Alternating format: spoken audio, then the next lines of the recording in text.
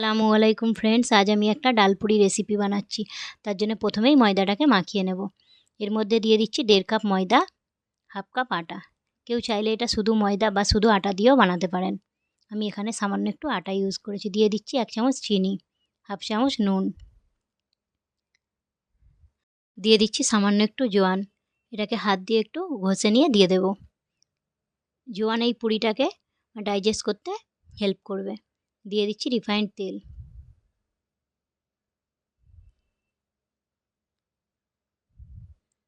এবার এই সবগুলোকে হাত দিয়ে একটু ময়াম দিয়ে দেব।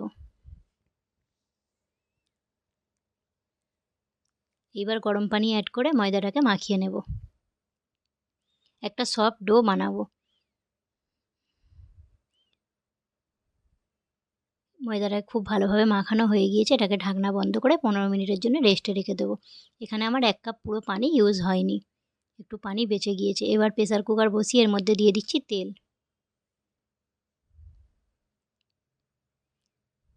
দিয়ে দেবো একটা শুকনো লঙ্কা, সামান্য একটু জিরে।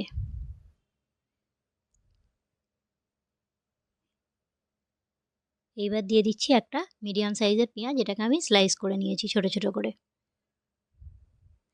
এর মধ্যে অ্যাড করে দিচ্ছি আদা রসুন বাটা 1 চামচ।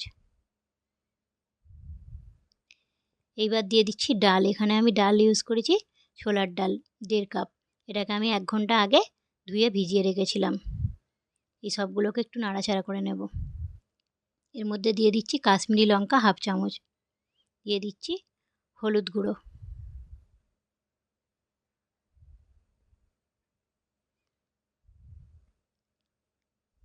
এখানে দিয়ে দিচ্ছি জিরে মরিচের গুঁড়ো, দিয়ে দিচ্ছি নুন স্বাদ মতো। এবার এই সবগুলোকে ভালোভাবে একটু কষিয়ে নেব। এইভাবে ডালটা করলে খেতে খুবই ভালো লাগে। এই পানি দিয়ে এইভাবে কষিয়ে নিচ্ছি। এইবার এখানে পানি অ্যাড করে ঢাকনাটা প্রেসার কুকারে দিয়ে একটা সিটি দিয়ে নেব। ডালটাকে পুরো গলিয়ে নেওয়া যাবে না, হাফ মানে একটা সিটি দিয়ে সিদ্ধ করে নেব। ডালটা ভালোভাবে সিদ্ধ হয়ে গিয়েছে। দেখুন ডালটার মধ্যে একটুও পানি নেই। এই ডালটাকে আমি একটা জায়গায় তুলে নিয়ে ঠান্ডা করে নেব। ডালটা আমার ঠান্ডা হয়ে গিয়েছে। এটাকে একটা মিক্সির গ্রাইন্ডারে দিয়ে পেস্ট বানিয়ে নেব।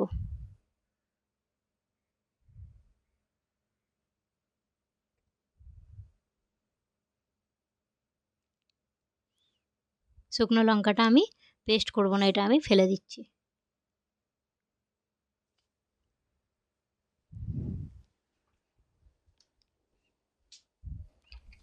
ঢাকনাটা বন্ধ করে পেস্টটা বানিয়ে নিচ্ছি।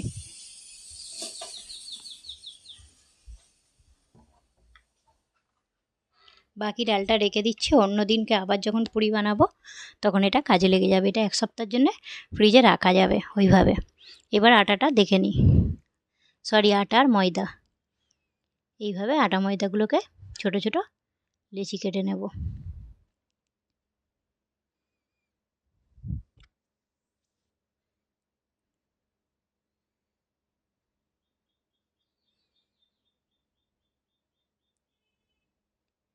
এইবার এই ময়দার মধ্যে পুরগুলো ভরে দেব, ডালের পুর।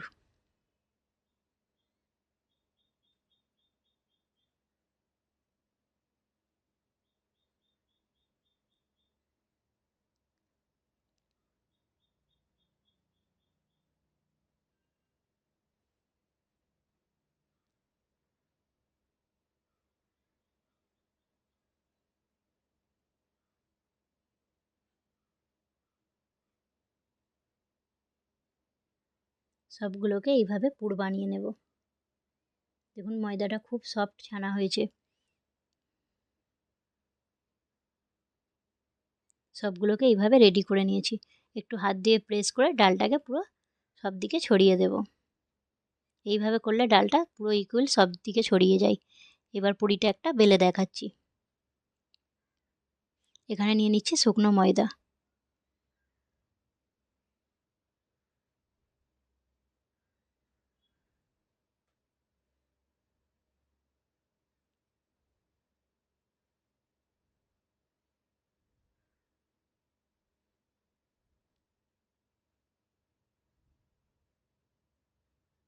পুরিটাকে একটু বড় সাইজেরই আমি বেলেছি। এখানে আমি তেল অ্যাড করে দিচ্ছি পুরিগুলো ভাজার জন্য।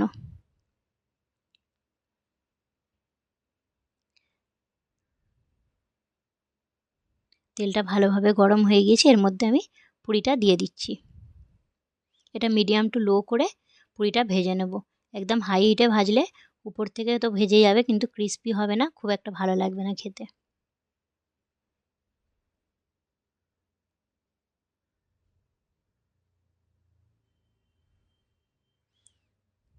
দেখুন পুরিটা কোনো জায়গা থেকে ভালোভাবে মানে ফেটেও যায়নি, আর ফুলেছেও ভালোভাবে।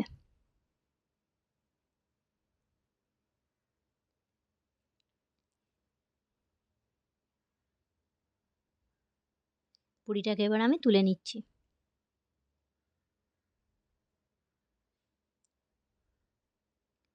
সবগুলো পুরি আমি এইভাবে ভেজে নেব। দেখুন তেলের মধ্যে একটুও ডাল পড়ে নেই, ভালোভাবে পুরিটা হয়ে গিয়েছে। একটা পুরি আমি কেটে দেখাচ্ছি আপনাদেরকে।